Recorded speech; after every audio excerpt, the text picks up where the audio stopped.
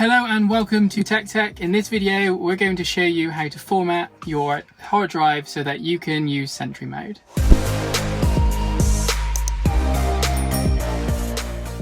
So the first thing you need to do is go down here into your Tesla where the USB drives are.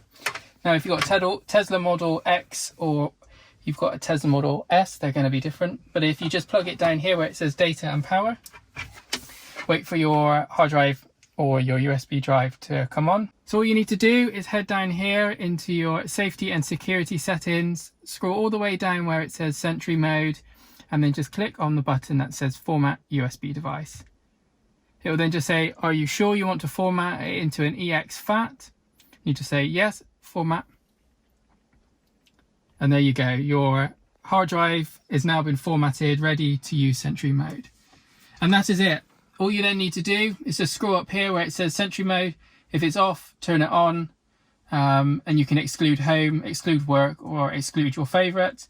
I normally just exclude home, and I always keep the save clips on honk just in case there's an emergency and you need to save a clip really quickly.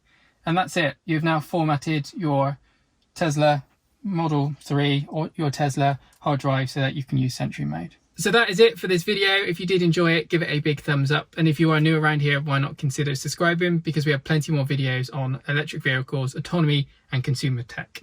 Thank you for watching, and I'll see you in the next video.